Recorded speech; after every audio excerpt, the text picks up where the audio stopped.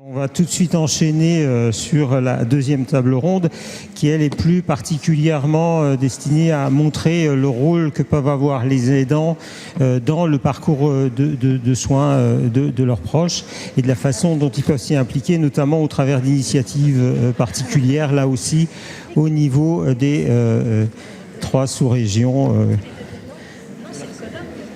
Très bien, tout le monde a fait connaissance. Voilà, et on va commencer par Madame Géraldine Dorard et Madame Lynne Parent-Balteau, qui sont respectivement professeurs des universités co-responsables du programme Jeunes aidants en France à l'Université Paris-Cité et au laboratoire de psychopathologie et de processus de santé, et Madame Parent-Balteau, fondatrice et bénévole à la maison d'engagement l'initiative des jeunes en territoire. Donc ils vont nous présenter le projet Jeunes aidants en France au niveau national et dans sa déclinaison locale. Vous avez la parole pour 15 minutes. Je vous remercie. Bonjour à toutes et tous. Merci aux organisateurs de ce colloque de donner une place aux jeunes aidants qui sont les oubliés très régulièrement de la question de l'aidance. Et donc ça me donne aujourd'hui l'occasion de vous sensibiliser à cette question. Alors, peut-être pour commencer, se mettre d'accord sur des éléments de définition. Qui sont les jeunes aidants ? Il s'agit d'enfants, adolescents, qui apportent régulièrement des soins, de l'assistance, du soutien à un proche qui est en situation de handicap, à une maladie chronique, à un problème de santé mentale ou tout autre problème de santé associé à un besoin de soins, de soutien ou de supervision. Donc, ces jeunes aidants, ils vont couvrir tout le prisme des problématiques de santé au sens large, possiblement rencontrées par leurs proches. Et pour compléter, on parlera de jeunes adultes aidants qui ont été évoqués tout à l'heure pour couvrir la tranche d'âge des 18-25 ans. Cette individualisation, elle est importante puisque si à partir de la majorité, les aidants peuvent accéder à un certain nombre de dispositifs destinés aux adultes, pour autant, cette tranche d'âge est majoritairement consacrée à la poursuite des études supérieures ou à une entrée dans une insertion professionnelle progressive, et il est parfois compliqué de faire valoir des droits qui sont notamment plus particulièrement réservés aux aidants adultes dans le champ professionnel. Pour compléter cet élément de définition, vous dire que l'aidance commence tôt. Certains travaux internationaux ont rapporté qu'elle pouvait commencer dès l'âge de 5 ans. Il est donc important de se préoccuper de cette question. Pour compléter le tableau, au-delà des définitions, finalement, peut-être allons dans le concret de l'aide apportée par ces jeunes aidants.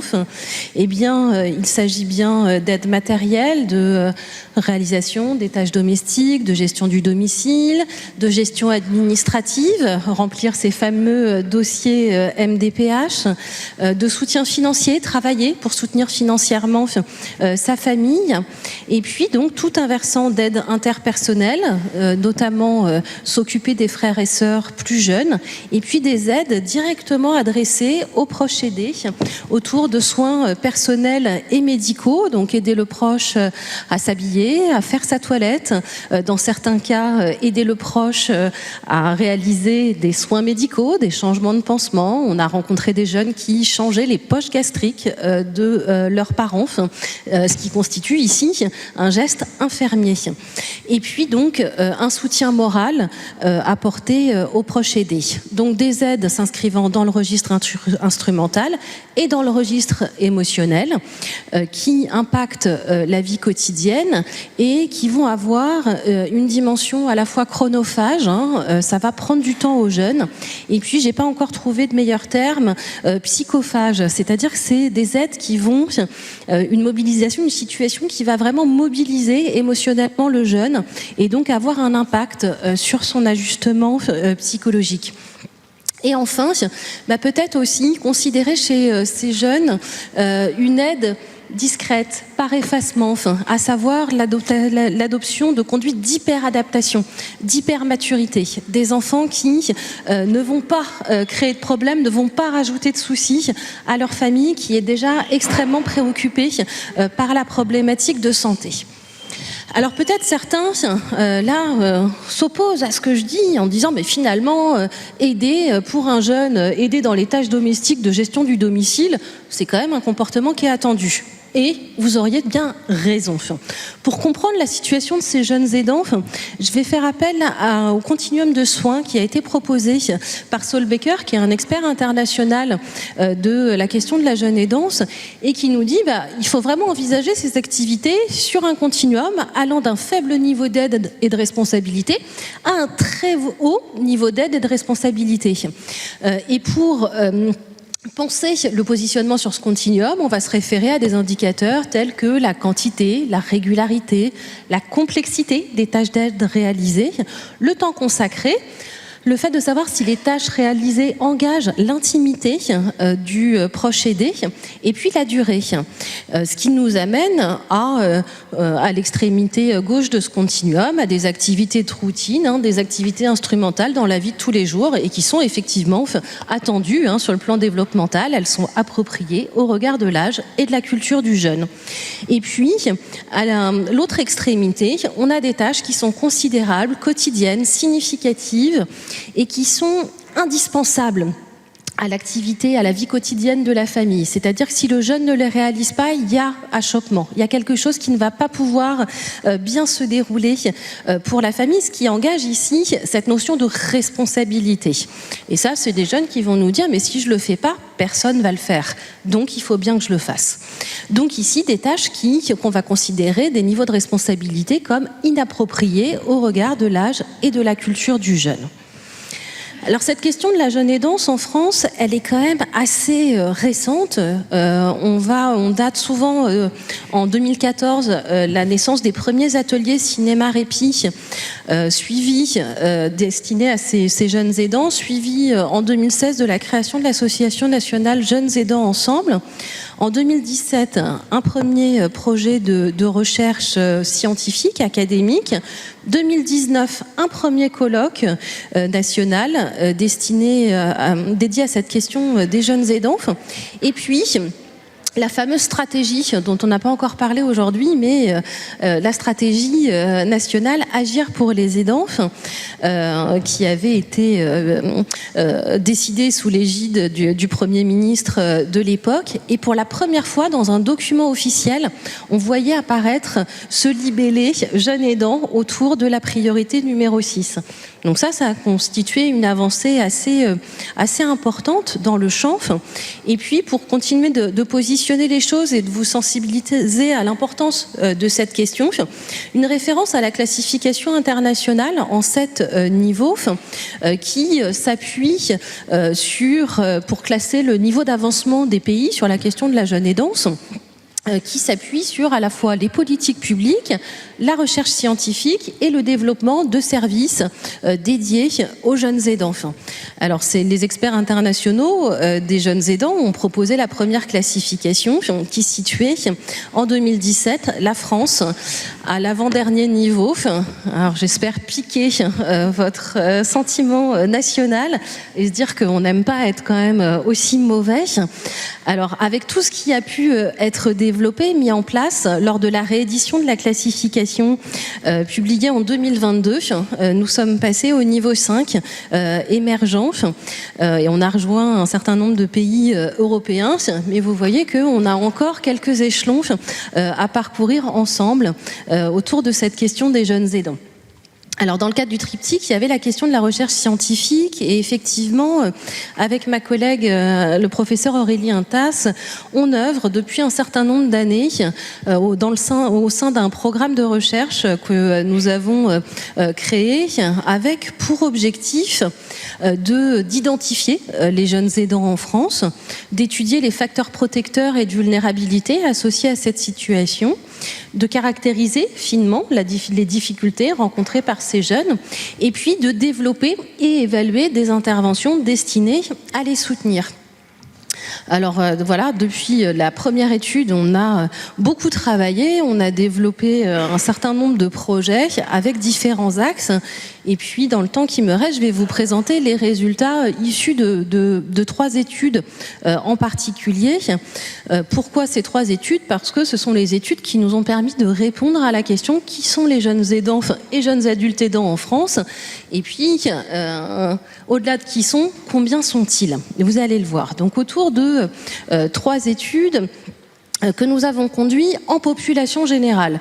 Donc il faut savoir que quand on a commencé, on n'avait pas du tout, on avait une vague estimation qui avait été proposée à un moment dans une publication de 500 000 jeunes aidants en France, sans qu'on puisse connecter ces chiffres à une réalité, on va dire, un petit peu plus soutenue sur le plan épidémiologique. Alors on a conduit l'étude Elias chez les collégiens en milieu scolaire, l'étude Adoker chez les lycéens, avec ici donc des participations sur les temps scolaires où tous les élèves étaient invités à prendre part à l'étude avec le consentement des parents bien entendu, et puis l'étude Campus Care ici dédiée aux étudiants donc âgés de 18 à 25 ans, donc avec des échantillons qui étaient quand même assez conséquents. Et donc la fameuse réponse à cette question, combien sont-ils? Premier niveau de réponse, chez les collégiens, plus de 30% rapportent être confrontés à la maladie ou au handicap d'un proche, et puis 12,3% peuvent être considérés comme des adolescents jeunes aidants. Si on considère, donc on a été observé le niveau d'activité d'aide de ces jeunes, et il fallait que ce soit un niveau élevé ou très élevé pour qu'ils soient considérés comme jeunes aidants. Chez les lycéens, 42,5 confrontés à un problème de santé chez un proche et 14,3% d'adolescents jeunes aidants, ce qui représente donc chez les collégiens et les lycéens 3 à 4 jeunes par classe, ce qui en soi est une réalité effectivement un petit peu compliquée à envisager quand on n'a pas connaissance de cette situation. Et puis chez les étudiants, donc plus de 63% confrontés à un problème de santé, et puis près de 16% d'étudiants en situation d'aidance, donc dans la tranche d'âge 18-25 ans, je le rappelle, c'est important parce que ce chiffre il est plus important si on considère l'ensemble des étudiants, la formation continue et ainsi de suite. Et donc un étudiant sur 6 en situation d'aidance. Une question tout à l'heure, ou plutôt un partage d'expérience de la salle tout à l'heure témoignait de la surreprésentation quelque part de ces problématiques de confrontation au handicap chez les étudiants en médecine. Eh bien, je peux aussi, donc ça c'est un autre pan d'étude de l'étude qu'on a conduite, vous dire que dans les professions, les cursus santé-soins au sens large, on a une surreprésentation effectivement d'étudiants aidants comparativement par exemple à des cursus de sciences, quand on a été comparé les écoles d'ingénieurs versus les cursus médecine, pharma, aide médico-sociale au sens large. Il me reste quelques minutes, peut-être juste pour compléter des éléments de profil, je vais passer assez vite. Juste ce petit graphique à droite pour vous dire... Si la deuxième intervenant veut aussi encore parler, voilà. Il vous reste vraiment très peu de temps. D'accord. Pour vous dire qu'on trouve, comme chez les aidants adultes, chez les jeunes, une surreprésentation de femmes, de filles et de femmes qui endossent ces rôles d'aidants. Vous dire également que, en termes de proches aidés, finalement, si on assemble, on a une surreprésentation aussi de parents qui sont aidés par leurs enfants, mais aussi une proportion non négligeable qui aide un frère ou une sœur, avec cette particularité, notamment chez les collégiens, qui aident en particulier un grand-parent face à une perte d'autonomie liée à l'âge ou la survenue d'un problème de santé. Ils vivent majoritairement avec les proches aidés, et puis aussi que vous ayez cette représentation avec donc des pourcentages qui augmentent en fonction de l'âge des échantillons, mais du fait que ces jeunes aidants ils sont souvent confrontés à plus d'un proche avec un problème de santé, ce qui amène à des situations complexes, par exemple confrontés à un frère qui présente un trouble du spectre de l'autisme avec lequel finalement notre répondant grandit, et puis l'accident de la vie, la survenue d'un cancer du sein chez la mère, et qui fait que ce jeune va se retrouver en situation de polyaidance. Et puis, peut-être un dernier résultat qui me semble vraiment important, c'est la question de la perception du soutien. C'est-à-dire quand on demande à ces jeunes, est-ce que tu apportes ou vous apportez de l'aide à un proche en raison d'un problème de santé, eh bien, c'est pas forcément la meilleure question à leur poser pour être sûr de capturer tous les aidants. Parce qu'en fait, on en a 20 à 30% selon les groupes d'âge qui n'ont pas conscience d'apporter de l'aide, qui nous expliquent que finalement cette aide, elle est naturelle, elle s'inscrit dans des habitudes familiales, mais si on repart de la question du continuum que je vous ai présenté en introduction, eh ben c'est peut-être pas si normal que ça, cette situation. Hop. Et enfin, problème de santé des proches aidés, une problématique de santé somatique bien entendu, des problématiques de santé mentale qui sont aussi présentes et qui sont majorées chez les étudiants, sans doute en lien avec une meilleure détection des signaux faibles, des manifestations des troubles psychiques, et puis donc les situations de handicap. Et je passe parce que j'ai trop de choses à vous dire, c'est compliqué de faire le tri, mais vous dire que vous pouvez trouver sur notre site internet notamment le bilan de notre programme de recherche où vous allez retrouver des informations complémentaires sur cette question. Et retenez juste ça, les jeunes aidants sont nombreux, leur situation peut avoir un impact sur leur bien-être et leur scolarité. Et puis, vous pouvez participer à favoriser leur prise en compte, leur accompagnement. Et voilà. Et je passe la parole. Juste 2 minutes, du coup, pour rattraper le temps. Donc, au niveau de la Maison de l'engagement et de l'initiative des jeunes, nous sommes situés sur Nancy. C'est une association qui travaille sur la citoyenneté, qui favorise l'autonomie et l'initiative des jeunes et de leurs accompagnants. Dans le cadre de ce projet, nous sommes intéressés à la question des jeunes aidants et s'intéresser à leur parcours de vie. Parce que, comme ça a été déjà dit, les jeunes ont du mal à se faire identifier et ne souhaitent pas forcément être identifiés.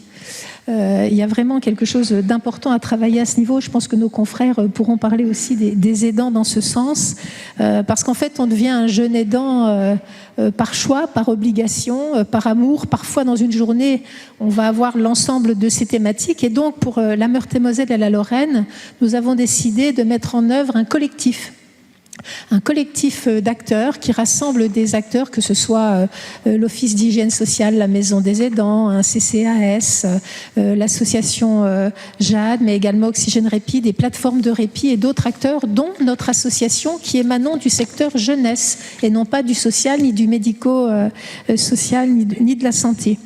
Et l'objectif, c'est bien il n'y a pas d'évidence en fait. Il faut pouvoir dire les choses.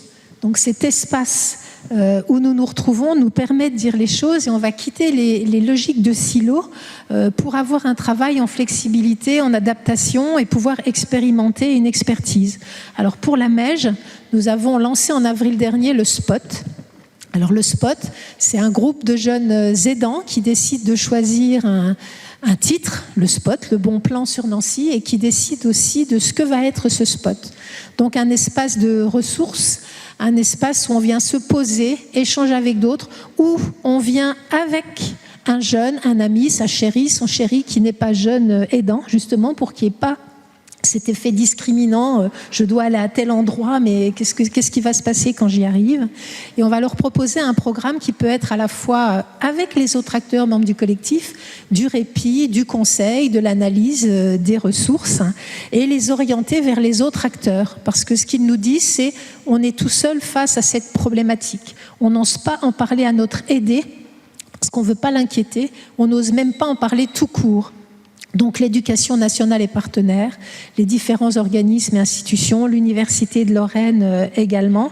Et au niveau de ce spot, différents temps seront proposés, ce qui n'était pas le cas jusqu'à maintenant par rapport aux jeunes aidants. Donc sachez que ça existe, sachez qu'on peut le développer, sachez qu'on expérimente, on met en place également ce qu'on appelle un spot nomade pour pouvoir identifier les jeunes. Nous allons dans les établissements scolaires, comme pourrait le faire notre confrère La Pause Brindy à Lyon.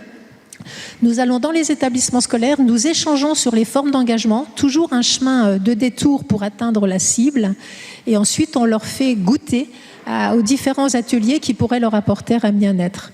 Voilà, donc merci beaucoup. Merci. Voilà.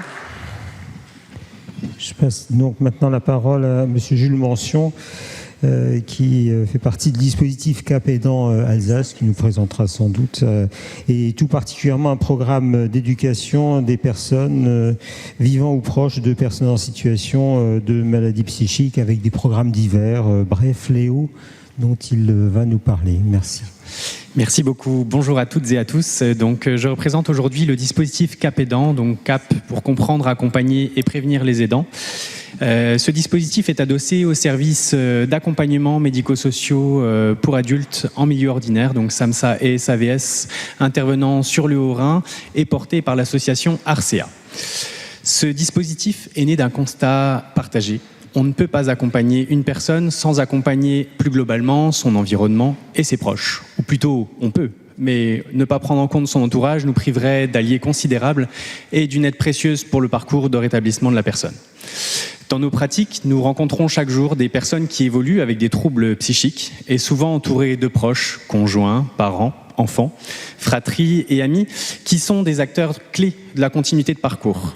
Et ces proches deviennent parfois, malgré eux, les premiers garants du maintien à domicile, de la surveillance des symptômes, du relais de soins et les premiers témoins des signes de rechute et de rupture de parcours. C'est pour répondre à cette réalité qu'a été créé Cap Aidant, un dispositif d'aide et de soutien et qui propose plusieurs programmes de psychoéducation qui se veulent complémentaires. Ces programmes s'intitulent Bref, Léo et Profamille et ils permettent de répondre aux besoins spécifiques des proches de personnes atteintes de troubles psychiques. Ces programmes, ils offrent un espace d'échange, de compréhension des troubles, de montée en compétences et permettent d'aborder la maladie, les situations de crise, mais aussi les besoins propres de l'aidant. Et ils visent à restaurer la communication, à diminuer la culpabilité et à redonner du pouvoir d'agir aux familles. Cap Aidant se veut agile et en réponse aux besoins spécifiques de chaque situation. Et de fait, on se propose d'aller parfois au domicile des aidants, si cela est nécessaire et facilitant, ou même dans des établissements sanitaires ou médico-sociaux partenaires, pour pouvoir réaliser au plus proche du groupe d'aidants pour faciliter les déplacements et la réunion et la tenue de ces dispositifs et de programmes. Soutenir les proches, c'est aussi agir en amont du soin et les aidants formés et soutenus décrivent une meilleure compréhension de la maladie et une réduction du stress familial et un raccrochage plus solide au suivi thérapeutique. Alors depuis 2015, l'aide aux aidants fait partie de l'identité des services de l'Arcea avec le programme Profamille qui en était le premier instigateur. Depuis un an maintenant, on a fait le choix de dimensionner cette offre de services au regard des besoins. Donc vous verrez ici donc, ces trois programmes que je vous laisserai peut-être le temps de découvrir ultérieurement, mais donc avec un programme qui est concentré sur une seule famille ou un seul groupe de proches reçus et deux autres programmes qui sont en groupe de 8 à 12 personnes et qui favorisent aussi l'esprit d'entraide et de partage. Le programme Léo étant multidiagnostic pour tout diagnostic de troubles de la personnalité, de l'humeur, troubles d'addiction et TSA, là où le programme Profamille est plus spécifique pour tout ce qui est troubles schizophrènes et troubles apparentés. Voilà. Et en fonction du niveau d'engagement, de la disponibilité des aidants, on va pouvoir leur proposer l'un, l'autre, les deux, les trois, en fonction de leurs besoins et de leurs appétences. Quelques chiffres à garder, puisque ces programmes sont évalués et réévalués chaque année et à chaque session. Les taux de rechute de l'aidé sont divisés par 4 suite à le suivi de ces programmes. Ces programmes renforcent les interactions, réduisent les symptômes de moitié et améliorent le fonctionnement au quotidien. Du coup, ce dimensionnement, ils viennent aussi amener plusieurs questionnements qui ont motivé du coup ma présence aujourd'hui. Puisque un des premiers thèmes, c'est la visibilité et la légitimité des aidants. Les aidants restent souvent invisibles et dans le parcours de soins et démunis. Et pourtant, ils détiennent une connaissance précieuse du quotidien. Et du coup, une des questions serait comment inclure les aidants dans le soin tout en respectant la confidentialité et l'autonomie de la personne accompagnée. Comment garantir une place pour chacun et comment rendre ces dispositifs plus accessibles dans un système souvent perçu comme complexe ou illisible pour les proches. Comment toucher finalement le grand public par le biais des canaux les plus standards possibles. Une autre thématique qui va être l'équité d'accès aux soins. Aujourd'hui, je vous présente un programme qui se veut sur un rayonnement alsacien. Aujourd'hui encore, tous les aidants n'ont pas la même possibilité d'être accompagnés selon le territoire où la présence d'un projet est ponctuelle. L'accès au soutien peut être très inégal. Et donc, est-il encore acceptable aujourd'hui que le soutien des aidants dépende du lieu où ils habitent? Cette disparité, elle pose aussi une vraie question d'équité et de justice sociale. C'est une question de santé publique, car on sait qu'un aidant soutenu, c'est un parcours de soins plus stable et plus efficace. Enfin, le nerf de la guerre, le financement. Les effets positifs du soutien aux aidants sont documentés avec la diminution des hospitalisations, une meilleure observance, une prévention de l'épuisement familial. Et ces missions restent souvent dépendantes de financements temporaires. Est-ce que cette mission ne devrait-elle pas être structurellement intégrée aux ESMS, services et établissements médico-sociaux? Réalisées initialement à la marge et sans financement dédié, les actions d'aide aux aidants étaient réalisées sur le budget de fonctionnement des services d'accompagnement. Et pour répondre à des besoins toujours plus nombreux des aidants, nous cherchons à développer des formes d'accompagnement souples et réactives. Il s'agit là de faire sans jamais compromettre la qualité du soin apporté à leurs proches aidants et les proches aidés, dont le besoin évolue eux aussi. Et dans cette dynamique, nous répondons régulièrement à des appels à projets afin d'obtenir des financements ponctuels. Et j'en profite de cette occasion pour remercier le régime local d'assurance maladie qui vient nous apporter une certaine bulle d'air puisque nous avons eu un accord de financement jusqu'en décembre 2028, donc pour 3 ans. À savoir que ces programmes, je ne l'ai pas précisé, mais donc nous sommes en mesure de proposer jusqu'à 20 séances brefs par an et 2 sessions de programmes Léo et Profamille sont proposées par an, donc 2 Léo et 2 Profamille, mais je le disais, l'idée c'est de faire de ce dispositif le plus agile et le plus fluide possible. Donc en fonction des besoins, en fonction des nécessités et des appels qu'on peut recevoir, on va pouvoir organiser et dimensionner le dispositif CAPEDAN d'une année à l'autre. De ce fait, et je raccroche un peu les wagons, je ne sais pas ce que j'ai fait.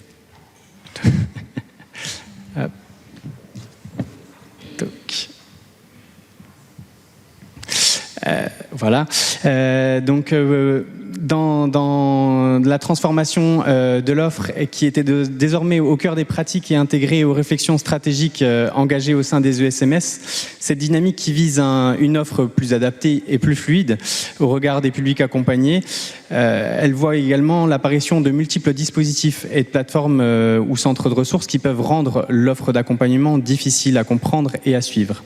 Le défi, c'est d'éviter cette complexification et de préserver une lisibilité pour les personnes accompagnées et leurs aidants, mais également de valoriser pleinement les compétences de chaque équipe médico-sociale dont les savoir-faire spécifiques sont déjà au service des personnes.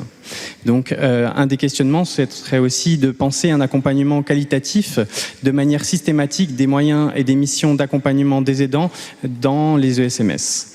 Et ainsi, former les équipes, intégrer ces missions dans les projets de service et stabiliser les financements relève d'une exigence éthique autant que de politique de santé publique. Enfin, CAPEDAN espère illustrer que le rétablissement se construit à plusieurs voies. La personne accompagnée, les professionnels et les proches. L'accompagnement global devient une maxime du prendre soin ensemble. Ainsi, soutenir les aidants, ce n'est pas déléguer le soin, c'est renforcer la cohérence d'un accompagnement souvent fragmenté, c'est reconnaître la vulnérabilité partagée et les responsabilités collectives. Soutenir les aidants, c'est également garantir un accès égal à la reconnaissance, au soutien, ainsi qu'à une démarche de prévention et en intervenant avant les ruptures et les situations de crise. Je remercie une nouvelle fois les REG pour leur invitation à la mise en lumière de notre dispositif ainsi que cette intervention aura permise. Et venu en qualité d'ambassadeur et mes qualités d'orateur étant plus que perfectibles, j'ai souhaité, en guise de conclusion, donner la parole à ceux qui vivent cela de l'intérieur. Et donc, à la suite de cette présentation, je vous invite à découvrir donc plusieurs capsules vidéo qui présentent les témoignages de notre père aidante familiale, qui est une animatrice de nos programmes, ainsi que le témoignage de 2 participants au programme Bref, Léo et Profamille. Et donc, ces témoignages traduisent concrètement ce que nous cherchons à promouvoir, une société qui considère les proches non pas comme suppléants des soins, mais comme partenaires à part entière et indispensables.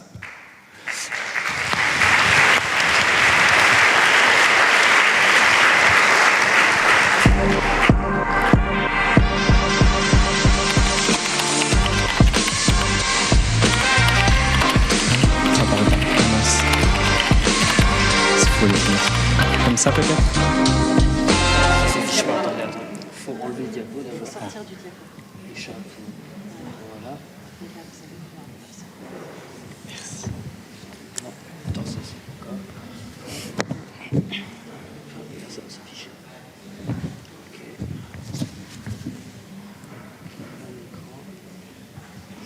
Ouais, c'est bon.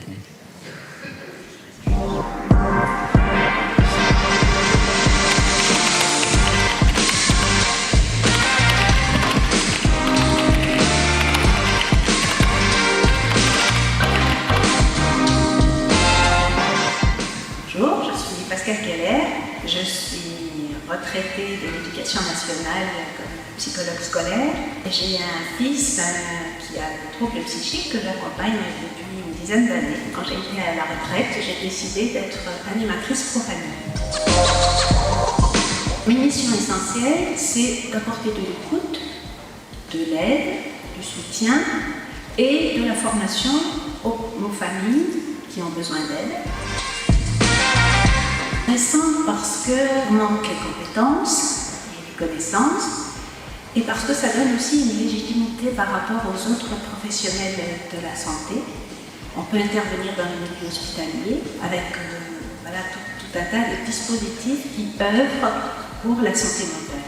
Ce qui m'intéresse, c'est que les familles deviennent compétentes, qu'elles apprennent et qu'elles tissent entre elles, dans le cadre du programme Pro-Famille. On dit que 50% du bénéfice de Pro-Famille vient du fait que les personnes partagent leur expérience, qu'elles se soutiennent mutuellement. Ce travail me nourrit, développe ma bibliothèque humaine et ça donne du sens à ma retraite. Ce sont les proches, ça peut être les parents ou les grands-parents, ou les conjoints, les conjointes, les frères et sœurs, ou des amis qui sont suffisamment proches et qui ont envie de s'investir pour accompagner la personne qui souffre. Alors, dans le cadre de Pro-Famille, nous accompagnons essentiellement des parents.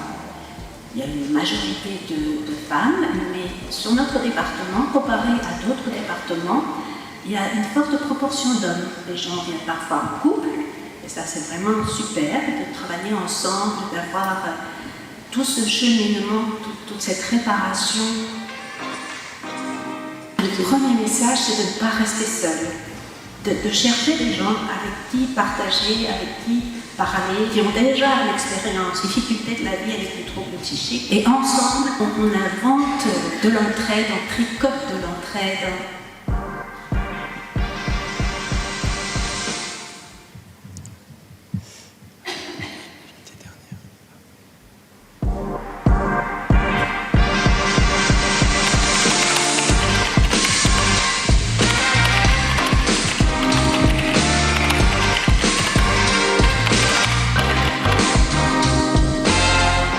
Je m'appelle Valérie Chillet, je suis aidante pour mon fils qui souffre d'un trouble psychique.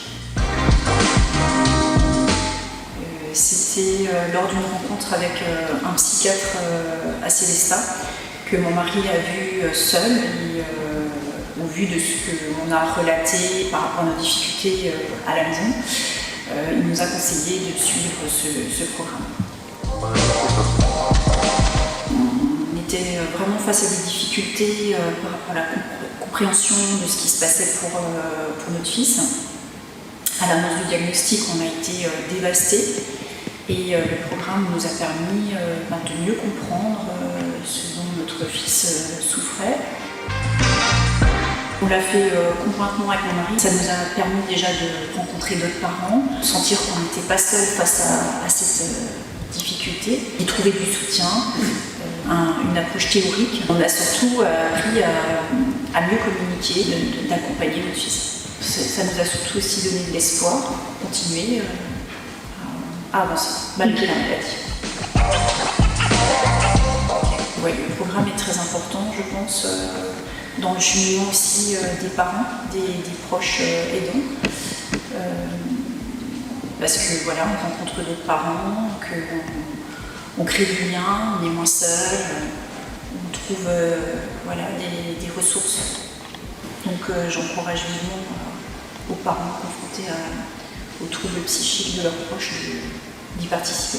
On n'est pas seul et voilà, qu'il faut surtout se faire aider, chercher de l'aide, des ressources, parce qu'il y a plein de ressources qui existent.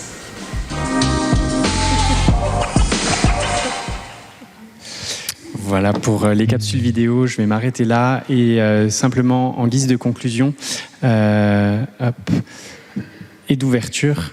Donc en définitive, Cap Aidant témoigne d'une conviction, c'est soutenir les aidants, c'est soutenir les parcours, c'est replacer l'éthique du soin dans ce qu'elle a de plus concret, la relation et la responsabilité partagée. Et c'est aussi faire le choix d'une politique publique durable qui reconnaisse l'importance des liens humains comme déterminant de santé. L'enjeu désormais est de savoir si l'accompagnement des aidants restera une mission complémentaire ou s'il deviendra enfin un pilier structurant de nos politiques publiques. Et enfin, sommes-nous prêts à penser nos dispositifs médico-sociaux avec les aidants et non plus simplement autour d'eux ?